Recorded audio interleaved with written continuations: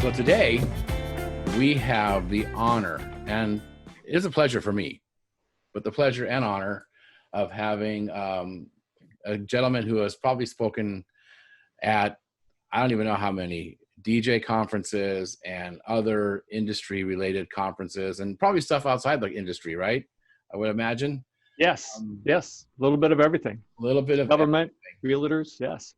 And today he's just going to really dive in and give us some great insight to help us make it through COVID and beyond and grow our business and work on our customer service.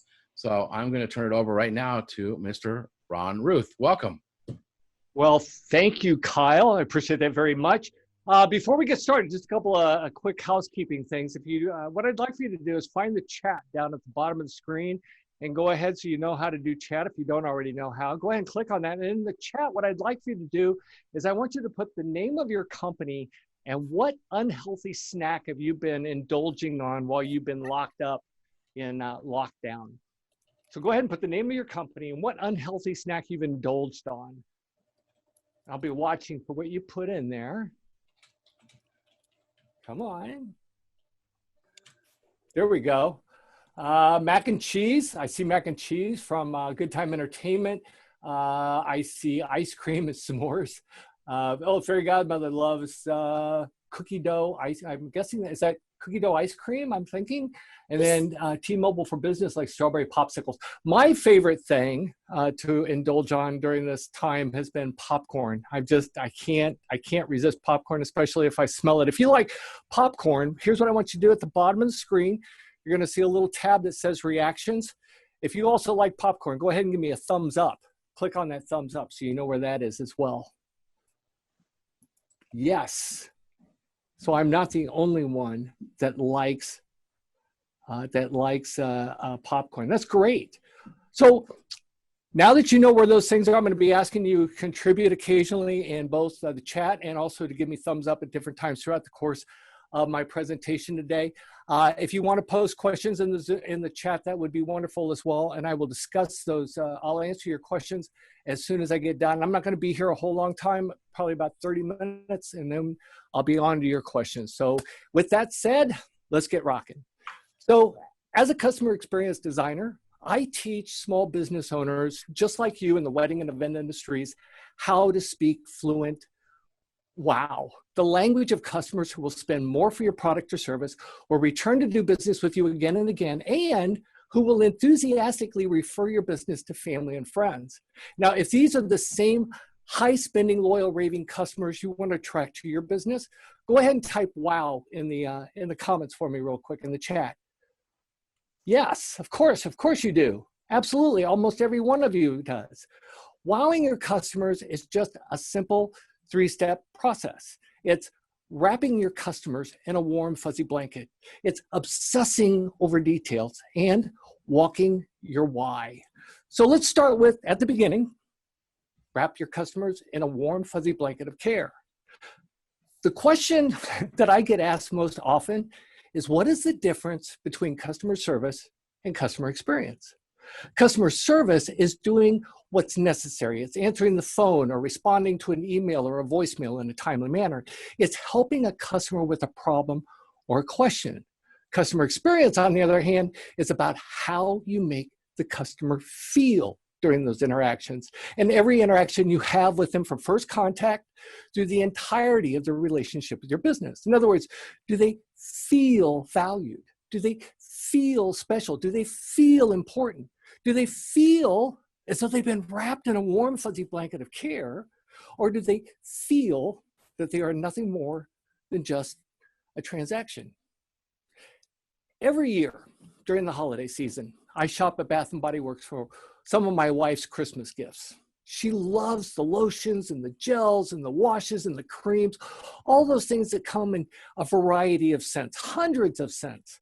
And the main reason I like shopping there is because it doesn't matter what I buy for my wife, I'll become the thoughtful husband who chose the perfect gift. And because I've been shopping there for a number of years, I always get a coupon from Bath & Body Works around the first part of November every year, so I can also save money in the process. Well, this past Christmas, I was out running some errands And as I was passing a Bath and Body Works, I thought, you know what? I'm just going to go ahead and go in and get this part of my shopping done. And as I walked in the door, a young lady handed me a bag to put my purchases in. Because I have a coupon, I figure that means I have more money to spend. So I'm going through the store and I'm smelling, oh yeah, that smells good. I put that in, and oh yeah, that smells good. By the time I get done with my shopping excursion, my bag is so heavy, I'm dragging it to the counter. And I had to stand in line, of course, because, well, Christmas. And when it became my turn, I took the bag and I plopped it on the table. And the young lady behind the counter said, "Did you find everything you were looking for, Mr. Ruth?" And I said, "From the looks of my bag, I think I just bought your whole store." But before you ring that up, I have a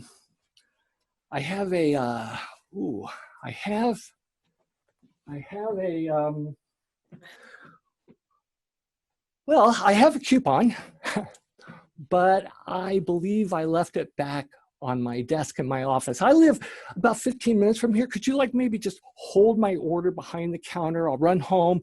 I'll come back, maybe 30 minutes round trip. But could you do that for me?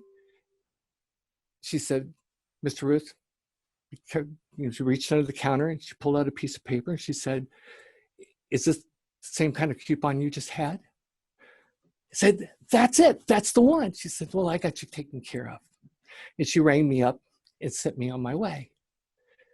This is a wonderful example of the difference between customer service and customer experience. Customer service would have been to agree to hold my order until I returned. That means I would have had to waste time going back to my house and coming back. I would have burned gas. I would have had to find another parking place, again, Christmas, and I would have had to stand in line. Customer experience was to wrap me in a warm, fuzzy blanket of care and to do what was in my best interest as a customer. Don't you love it when a business jumps into action to solve a problem? How often do you seize upon the opportunity to be a hero to your customers? Why not make it so easy for your customers to do business with you that it would be extraordinarily difficult for them to take their business someplace else? The lesson from Bath and Body Works is very simple.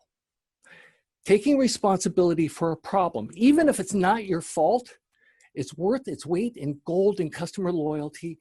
Plus, it becomes a story worth sharing. I've shared this story with everyone I know, and it's not unreasonable to believe that my story has generated at least a handful of new customers for Bath and Body Works. Doing what is in the best interest of the customer becomes a story told over and over and over again that produces an abundance of goodwill and revenue.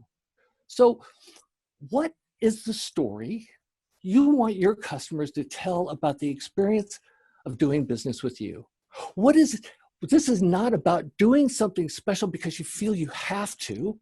It's about doing something special because you know it's the right thing to do, one human to another. The emotional connection that comes from demonstrating that you care about your customers is more than just a transaction. It's also what generates a base of high-spending, loyal, raving customers. And here's the best part. The majority of customers are so hungry for that wow level experience, they will happily, gladly, and willingly spend more with any business that delivers it, including yours. So why do you think they would do that? Go ahead and put your answers in the chat for me. Why do you believe the customers would pay more for product or service from a business that provides better experience? Why do you believe that? There is no wrong answer. There is no right answer. There's only your response. What do you think? Because you actually care. Yes, that's a good answer. What else?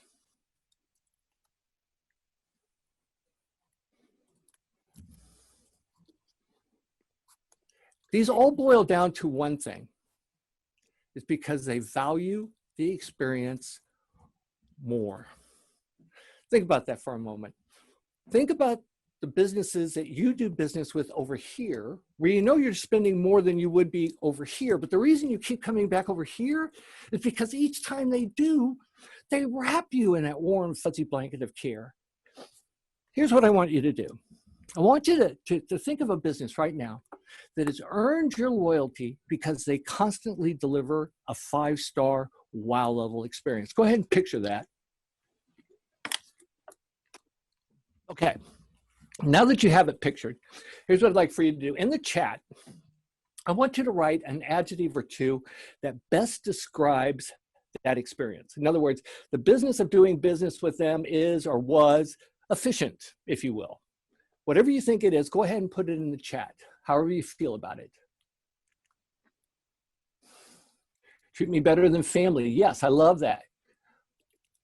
Above and beyond. Yes, I love that. Accommodating. Yes. What else you got? I love these answers.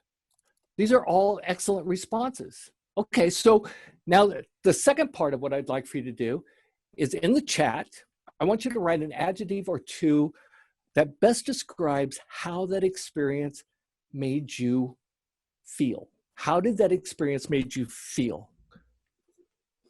Go ahead and put them in there. Let's see. At ease, cared for. What else we got? Special, less stressed, important. Yes, taken care of. I love it. Any more? Like a great customer. Yes, those are all wonderful responses. And here's my question. Aren't these the same adjectives you want your customers to use when talking to others about the experience your business delivers and how it made them feel? So how can you translate the experiences and feelings you enjoy from the businesses you patronize to make your couples feel wrapped in that warm, fuzzy blanket of care? I'm about to share a secret with you. Go ahead and turn down your speakers a little bit because I don't want everybody to hear this. It's okay to learn from those businesses that have earned your loyalty because they exceeded your expectations, and to adapt the experiences they deliver to your own organization if possible. As we were talking earlier, take a look behind me. I am a Disney geek. I have everything Disney in my office. I have a room devoted to Disney. Everything, well, not everything, but a good part of what I've learned about delivering wow level customer experiences comes from observing Disney cast members and delivering their customer service or guest service processes. You see, no one holds a patent on how to speak fluent wow. I have the trademark, but I don't have the patent. You're free to exceed expectations in any way you choose, regardless of where the idea came from. So, what do those businesses that have exceeded your expectations share in common? In order to exceed your expectations, they focus on something. What is that? In the chat, go ahead and answer that question. What those companies that exceed your expectations focus on something? What do you think it is that they focus on? Go ahead. Give me some answers here. What matters most to me? I love that. What else you got? These are great responses. Connections, details, happiness. Yes, yes. And actually, details is the correct answer, or actually it's one of many correct answers. But it's not just the details they focus on. They obsess on the little details, the ones that their competition overlooks. And they do that by evaluating the experience from the customer's point of view. They walk through every touch point in their customer's shoes in search of ways to make them say, wow. And they remove the flashpoints that can detract from the experience. I've spent 30 years, pretty close to 30 years, as a wedding entertainment director, a DJ, if you will. And one of the planning session that I have with my couples can take anywhere from 2 to 3 hours. It depends on whether I'm actually involved in the ceremony or not. Now, there are two things I know about that meeting before the meeting even starts, and that is that most of my couples are going to come to me straight from work. And when they do that, that means they're probably not going to stop and eat. So rather than having them sit across from me, thinking about how hungry they are, rather than focused on the task at hand, or worse yet, getting hangry, I get a hold of them a couple of days in advance just to remind them that we're having a meeting. And oh, by the way, what are your favorite pizza toppings? I'm going to have a couple of pizzas delivered about the same time that you arrive. And sure enough, the pizza comes, my customers arrive. We sit down and for about 15 or 20 minutes, we just enjoy a slice or two of pizza before we even get started on the hard work of planning. And here's the cool part. This was something that came as a surprise to me when I first started doing this. What I learned is that people will share more personal information with you over a meal, even if it's just 2 slices of pizza, than they will in just a face-to-face conversation. I have no idea why. I don't know what the psychology is, but here's the thing. I would learn things about my couples that I had not already learned in previous conversations, and ideas would come to mind of how I might be able to help them personalize their wedding even more. Another way of eliminating a flashpoint is to manage expectations. One of the items that I gave customers when they first booked me is a checklist. And the checklist this one is for wedding receptions. I have another for wedding ceremonies. But the checklist tells them, we're going to meet. This is when we're going to meet. This is how long the meeting is going to take. Here's what we're going to talk about. And here's the task that you need to perform so we can complete everything for that evening. And then it goes on. Next meeting is at this date. This is how long it's going to take. Here are the tasks that I need you to complete, subjects that we're going to talk about, and so on and so on and so on. By giving them this checklist, and this isn't just for DJs, this can work for just about any wedding professional. What you're doing is you're eliminating the winneries, what I call the winneries. Excuse me. The more winneries, and a winnery, by the way, is when are we going to talk about music? When are we going to talk about planning? When are we going to talk about decor? When are we going to talk about the flowers? When are we going to talk about the ceremony? Those are all winneries. The more winneries you can eliminate up front, the more relaxed and confident your customers will be.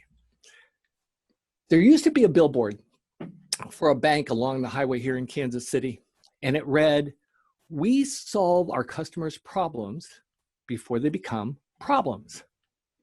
See, that's another difference between customer service and customer experience. Customer service is waiting for the problem to come to you, making you reactive. And every time they come to you with a problem, it chips away at whatever relationship that you have with them, and especially if they keep coming back to you with the same problem over and over again. Customer experience is being proactive in serving the customers so that problems are less likely to pop up. So here's another quick question for the chat. On average, how far in advance of their weddings do your customers book you? Go ahead and put your answer in the chat for me if you would, please. On average, how far in advance of their wedding do your customers book you? Is it a year? Is it 6 months? I see 9 to 12 months. I see a year, 6 to 9, 1 year to 18 months, 3 to 12 months. Yes. Yes, 6 months, 6 most to a year, some 2 years. Yes. Yes, I had somebody contact me about 2022. 3 years to 18 months. Yeah. So here's a question for you. How many times do you reach out to them from the time they contract you until the time you first sit down with them to talk about their event, whether it be planning or designing or whatever the case may be? Or is this nothing but dead air? Why not reach out to your couples at least a couple of times from the time they book you to the time of their event? Just checking in. How you doing? I know wedding planning can be a real challenge. How can I be of service to you today? This is a time for you to be empathetic, to listen, to be human, especially right now with more and more couples postponing their dates and worrying about, are we even going to be able to have our wedding on the date that we postponed to? They don't know. They're looking for someone, an expert, if you will, to help them through this process. And by the way, if you're an expert at what you do, give me a thumbs up. Get in that in the reactions down there and give me a thumbs up if you believe yourself to be an expert. Yes. Yes. See, why not demonstrate that expertise by sharing an article or information they might find of value? It could be something you've written, or maybe you found it someplace else. How do you think that would make your customers feel for you to stay in contact with them? Those feelings simply strengthen the relationship you started, proving that you value your customer as something far more than just a transaction, and that you care about their wedding just as much as they do. There's a good chance they might just tell you, you know what, there is nothing that you can do for them today. But rest assured, they'll remember tomorrow that you were considerate enough to ask, and they'll tell others how much you cared. To obsess over details also means focusing on continued improvement in everything you do. See, it's real easy to think, I get 5-star reviews from every one of my customers. I have awards from the Knots and Wedding Wire and the Penny Saver. And to that I say, good for you. But here's the deal. The challenge for you is that there are a gazillion other wedding professionals, and I counted, there are a gazillion other wedding professionals who are also able to boast of 5-star reviews. See, as awesome as you are, and I believe you are awesome, you have the potential to being awesomer. So here's a non sequitur for you. In the chat, get ready to write in the chat. Put the name of your favorite Pixar movie, whether it's Cars, Toy Story, Finding Nemo, Monsters, Inc., or maybe you have another favorite. What is the name of your favorite Pixar movie? Go ahead and give it to me. Oh, WALL-E. I love WALL-E. WALL-E's one of my favorites. Toy Story. What else we got? Toy Story, another Toy Story. Toy Story's popular. Monsters, Inc., Monsters, Inc. Yes.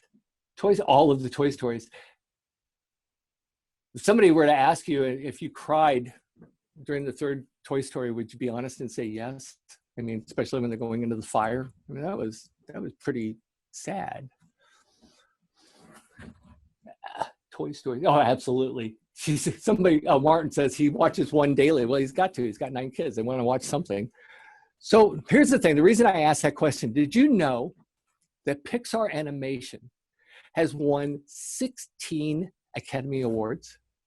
Even so, their entire team, regardless of their position within the company, is required to take 4 hours of ongoing training per week. Everyone from the receptionist to the CEO is required to take 4 hours of ongoing training per week. See, Pixar feels that everybody has unlimited potential, and the more their team exercises their brain, the better they'll be at what they do, so they can win even more Oscars. I'm about to share 7 words with you that are going to change your life forever. Pull out your phone so you can take a picture or take a screenshot or just be ready to write these down. 7 words are going to change your life forever. While you contemplate that for a moment, I'm going to take a quick drink. All right. These 7 words that are going to change your life forever. To differentiate, to be different, you must think differently. To be different, you must think differently. See, to differentiate yourself from the gazillion other wedding professionals out there, and don't forget, I told you, I counted, and I did, to stand out in a very crowded marketplace, continually strive to elevate that 5-star experience you deliver now to Academy Award-winning caliber. This is where the real wow resides. This is also the experience that will make your customers, your competition rather, irrelevant, and that your couples will pay a premium to enjoy. Enroll in classwork that will help you release your unlimited creative potential and focus on the details that will earn you a 5-star review with your customers. But obsess, and I mean obsess, over the details that will elevate that 5-star experience you deliver to Academy Award-winning caliber. See, this space right here, this space, if you fill this space, you'll never compete on price again. One of my favorite TED Talks comes from Simon Sinek. If you've never watched Simon Sinek on YouTube, his 15-minute TED Talk called Start With Why.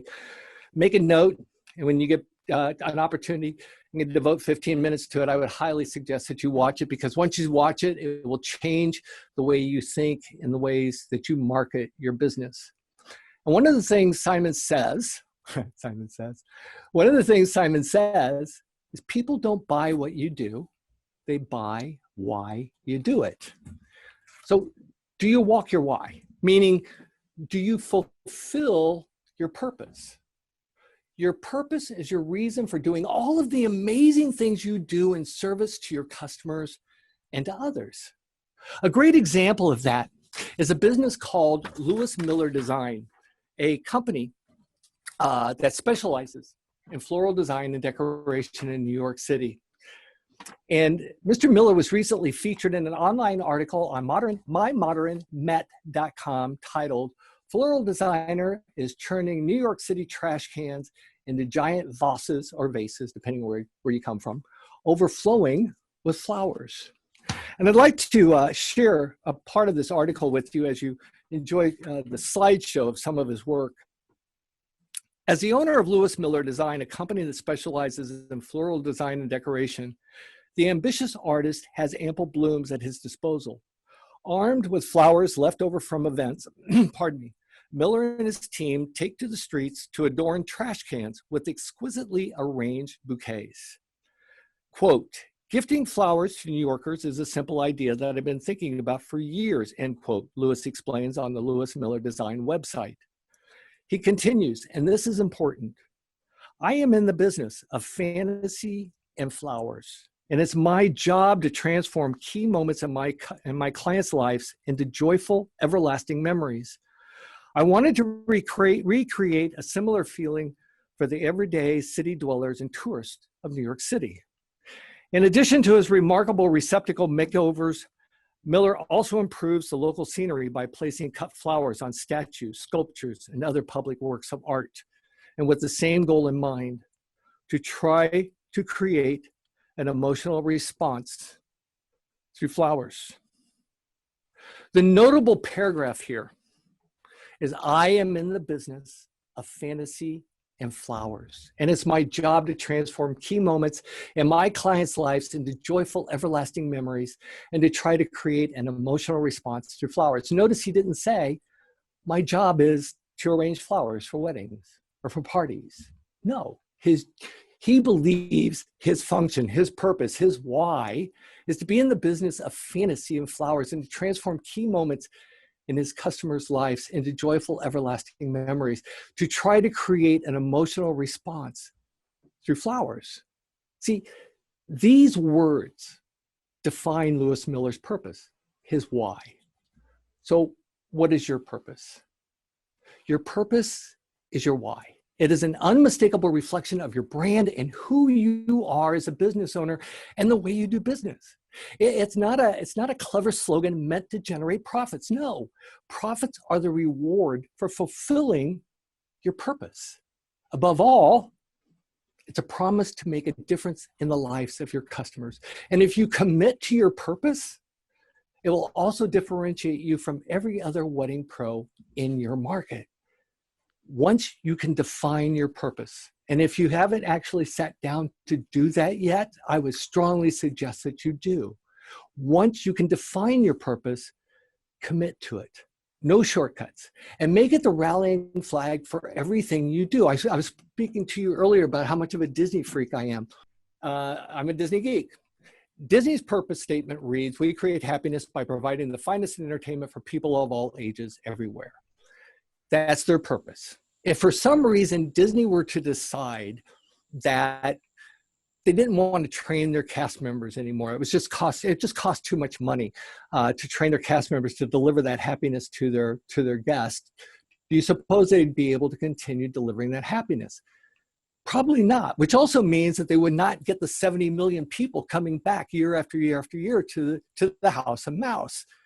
It's also the rallying flag for everything you do. As I just said, everything Disney does in a theme park, from attractions to rides to just anything, if it doesn't fit their purpose of providing happiness or creating happiness, they don't do it. To stand out in a very crowded marketplace, to always remain top of mind, don't just walk your why, talk your why, walk your why. When customers are coming to you for why you do what you do, instead of what you do, you'll never compete on price again. So before I close, a couple of quick things here. I embarked on a project late last year to write a book. There are lots of books written about some of the most major brands in the country, from Disney to Nordstrom to Ritz-Carlton to Virgin Airlines and Apple and yada, yada, yada. The list goes on and on and on. But there's not a book about the great experiences that wedding professionals deliver. And that's the purpose of my book.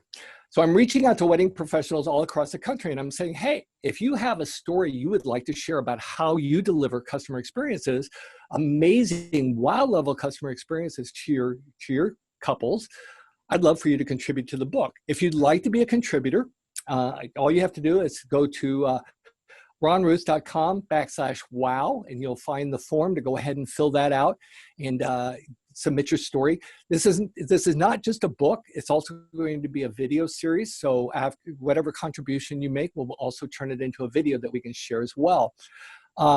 Another thing is that I'm offering, pardon me, I'm offering 1 hour complimentary hour of consultation of customer experience design consult. If you'd like to take advantage of it, maybe we're just going to talk about your business, the customer experience that you're currently delivering, and maybe how you might be able to enhance it. Or if you're not delivering, you don't feel that you're delivering customer experiences now, we'll talk a little bit more about what you can do in your particular business that will make your customers not only say wow, but will attract the high spending, loyal, raving customers you want to work with most in your business. So now that I got my little commercial out of the way, quick review. To speak your customer's language of wow, wrap them in that warm, fuzzy blanket of care. Make them feel valued, special, important, as though the experience that they're enjoying was created solely with them in mind. Make it so easy to do business with you that they would be hard-pressed to take their business anywhere else. Obsess over details, not just any details. Obsess over the little details you know that no one else is paying any attention to. Look at your business from your customer's viewpoint and walk through every touch point from first contact through the entirety of the relationship of your business. Remove flashpoints that can detract from the experience. Enhance on some of the experiences that you deliver that can improve the experience. And then finally, walk your why. Sit down, be able to define your purpose, because people don't buy what you do, they buy why you do it.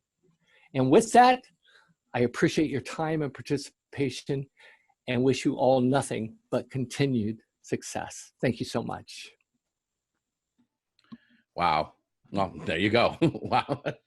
Thank you, Ron, very much. That was inspiring. It was remarkable. We appreciate this a lot. So, well, and if people have questions, I'm open to either answering them.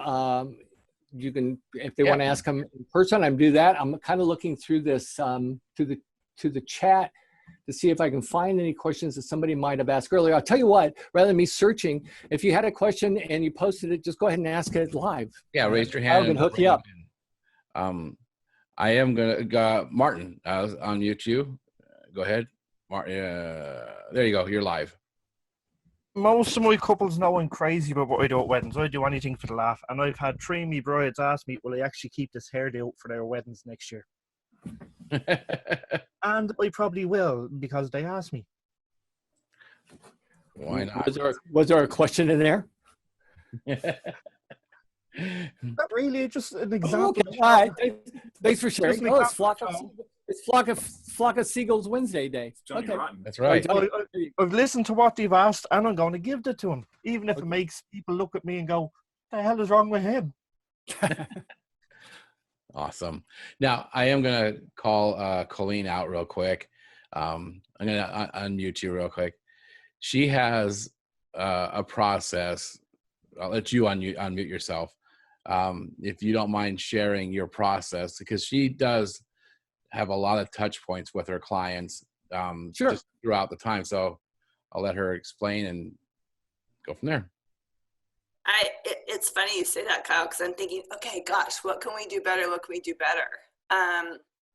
we do work really hard to build relationships with people, Ron. We're not in the transactional business. We look for every opportunity to connect with them. Like my entire team sent out Mother's Day messages to all of the mother of the brides this last week. We used that as the opportunity. I sent a text to every single one of them. Preston Bailey really pushed us. I took a class of his, and he really talked about how, you know, you can't just do a wedding and then drop it and never have contact with them again. And so he forced us to go back every week and pick, you know, 5 past clients that you could find a reason to connect with. So Great idea. we look for ways, birthdays, anniversaries. We become Facebook friends with them. We congratulate them when they get pregnant. We send them cards. But I'm always looking for ways that I can wow them even more. So I'm super interested in talking to you. So, because I think awesome. There's a lot of wedding planners, you know, in Bakersfield and beyond, and we are the most expensive in town, and I'm okay with that, because we do so much more than everybody else in town. But I also want to continue to improve, and so I'm looking forward to talking to you. I look forward to it as well. Yeah, I think one of the things that gets left out of the equation for some wedding professionals, and the thing is that in speaking to a group like this, I feel like I'm preaching to the choir, because so many of you wouldn't be here if you weren't already doing a lot of things right. The reason you're here is to learn, and you want to discover new opportunities to continue to grow. And I commend all of you for that. But, you know, as an example, relationships to me began with the very first conversation I have with a couple. That's where the relationship starts. And I've asked wedding professionals in the past to say, and I say, you know, how much time do you spend just in your initial conversation with a bride and groom, just getting, and this is a sales, I'm not talking about a planning meeting, I'm talking about a sales consult. How much time do you invest in just getting to know who the couple is?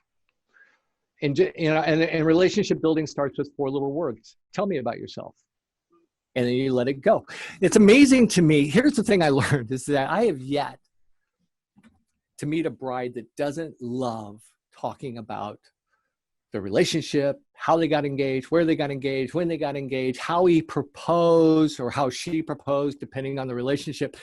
And I have yet to meet a groom that doesn't love just sitting off to the side and listening or tell the story over and over and over again, because he knows at the end of that story, he's always going to come out the hero. See, and it's because of that, just the questions of asking a conversation of tell me about yourself. I guarantee you 98% of wedding professionals don't do it. And just by asking the question, you're already establishing yourself as someone who cares about that individual. And as humans, we are naturally drawn to other humans who we feel have our best interests at heart, which means that you move up on the ladder of choices when it comes down to who it is they're going to pick to help them with their wedding. Awesome. What other questions we got? What are some other things that we can do?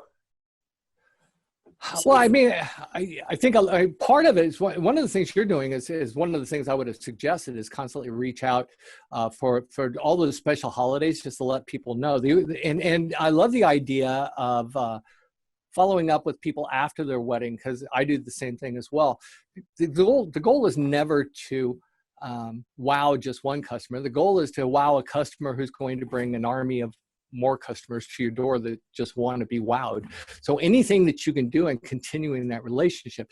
Again, this is all in your business. You have to say, it doesn't matter. You have to say, how can I strengthen the relationship that I want to have with my couples? Because between emotional connection, and that is pretty much a relationship. If I make an emotional connection with you, then we've established the beginnings of a relationship. So anything that you can do.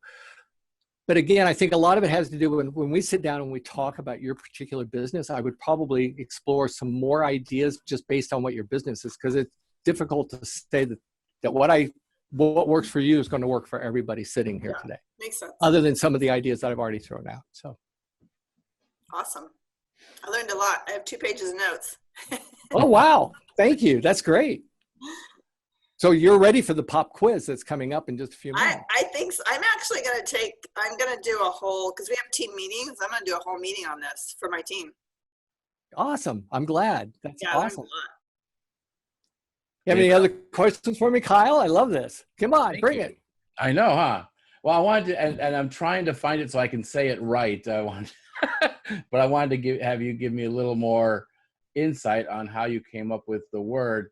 And I can't find the word right now, so I can't say it. Oh, inspiraginativity? Inspiraginativity. That's the one. I practiced it too. But tell me a little bit about inspiraginativity.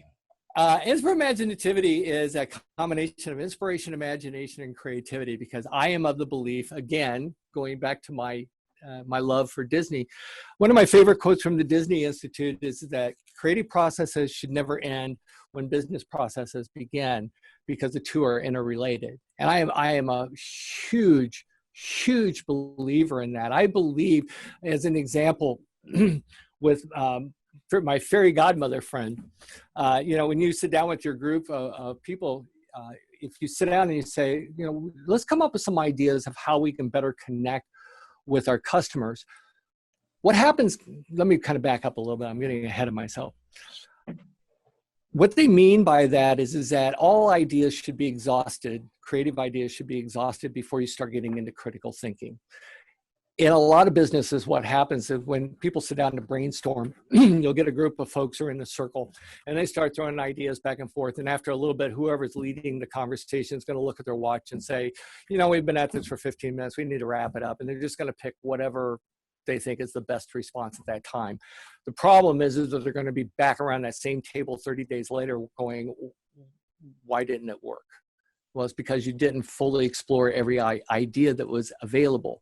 So when it comes to brainstorming, I encourage businesses to sit down together and say, okay, we're going to spend as much time as it takes to exhaust every creative idea we can possibly throw into the pot. And it doesn't matter how silly or crazy or how outlandish you think it is, it's going into the pot. And and when we finally, nobody can come up with another idea. Nobody can say no to ideas. Nobody can say that won't work. Nobody can say we've already tried that, it's too expensive. Nobody can say anything negative. It's just all positive. Then when you're done with all those creative ideas, then you lay them out on the table and you start looking at them and you go, okay, so what ideas can we modify? As an example, I know this is kind of a crazy idea, but let's just say that I came up with this idea that I'm going to, every one of my customers, I'm going to send them to Hawaii after they book me. I'm going to fly them all to Hawaii for a vacation. All right, so that's a creative idea that's a little over the top. Yes, because I can't afford it.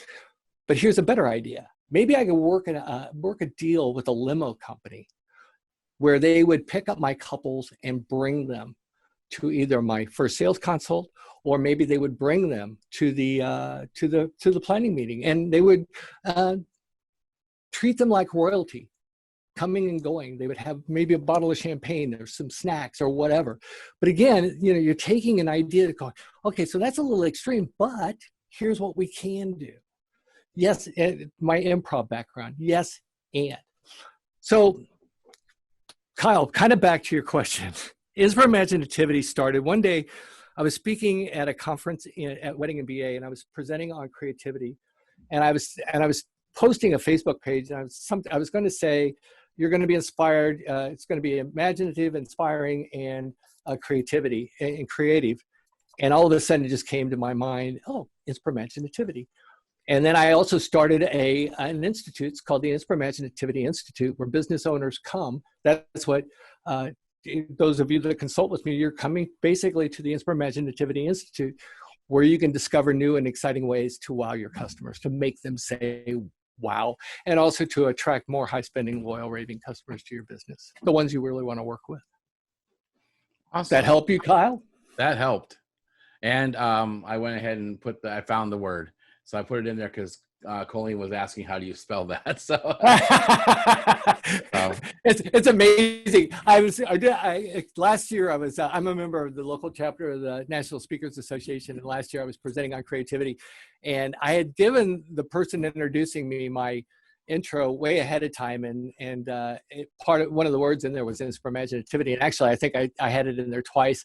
And she looked at the introduction and she said, "I really have to say this?" And I went, "Yeah, you really do." But it was fun. Few people can get it right, but it doesn't matter as long as that's what makes it so much fun. Awesome. So that's great. I mean, there's so much gold that you've given us today. I think it's amazing. So my next question for you, actually, since we're all on lockdown, I've asked a few people this. When we do get the freedom to roam the world and things come back, what's the first thing you want to do? Go to Disney World. Exactly. Well, the challenge right now is that, I mean, the first thing I want to do is actually, for God help me, I want to go shopping. My wife and I want to go to Disney World, but I know that that's not going to probably even be a possibility for another 6 or 7 months. We're supposed to go in September, but I think we're going to wind up postponing until after the first of the year. But we did, like a lot of people during the lockdown, we did a lot of DIY remodeling. And so we got rid of a bunch of furniture. My wife really wants to go to Nebraska Furniture Mart to replenish our furniture.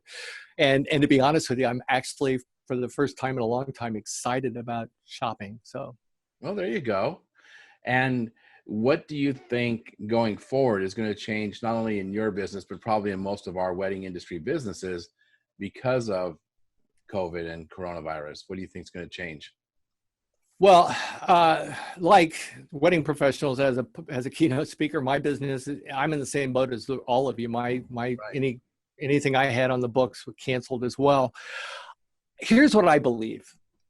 I don't know, to be honest with you, Kyle, the short answer, I'm going to give you a long answer and a short answer to your question. So the short answer is, I don't know what's going to happen. I wish I did. I at some point, hopefully, but who knows when, we'll be back to where you can do the brides and grooms will be able to have wedding receptions with 100 to 200, 300 people, whatever they want.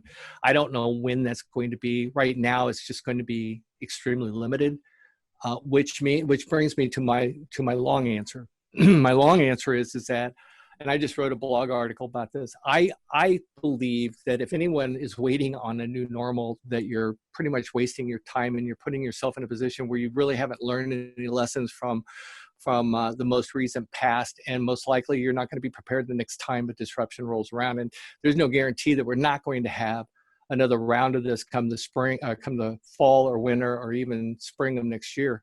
I believe that we are living in a renaissance for wedding professionals. And by that, I mean, renaissance is French for renew or rebirth. And I believe, quite honestly, that this is an opportunity unlike any other opportunity. Wedding professionals, even those that have been in business for a long time, to try new things, to experiment, to step outside of your comfort zone, to take risk. Do it. Your couples, customers right now are open to ideas. I mean, look at what happened when the lockdown took place. Grocery stores didn't have any problem making a transition. Neither did restaurants. I mean, they all started, all of a sudden, we're doing carryout, we're doing curbside service, we're doing order and deliveries. I mean, all of these things started happening.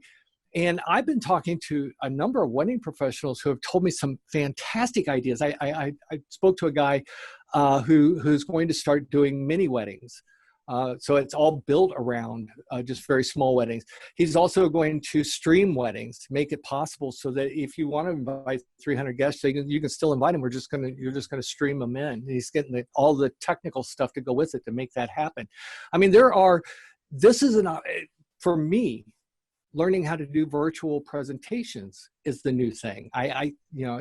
Hopefully I'll be back on the stage sometime soon, but this is where my focus has to be. And I have to find new and creative ways to engage and inspire and entertain the people that I'm talking to.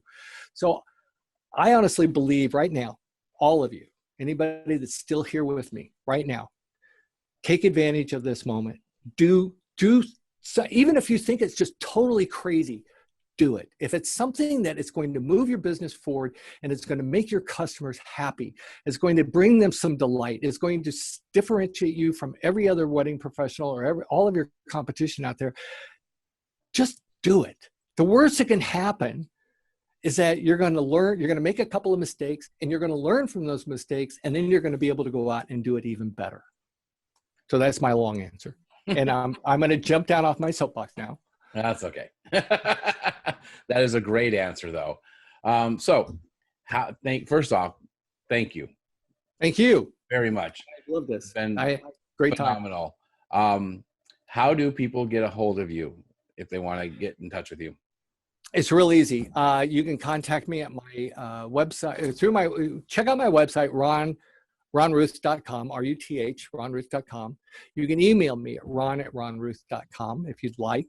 And if you want to set up a consult to talk to me or contribute to the book, don't forget it's ronruth.com/wow.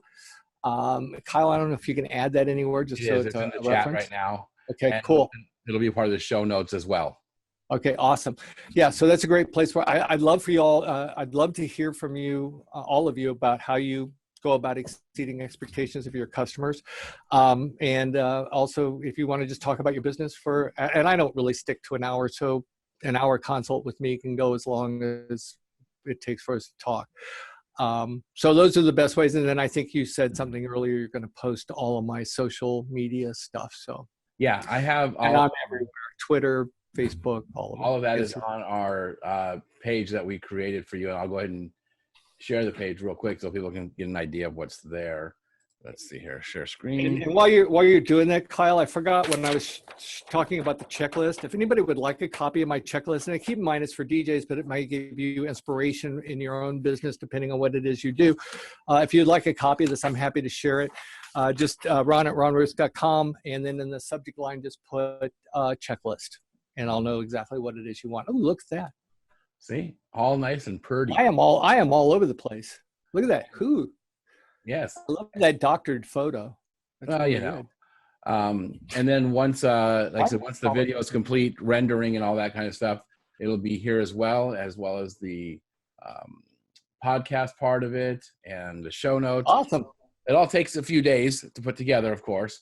And Martin is going to download it and share it with all 9 of his children this weekend for something. That's right. Well, guys, thank you so much for being a part. It's truly what makes a difference. And I thank really you. Thank you to all of you.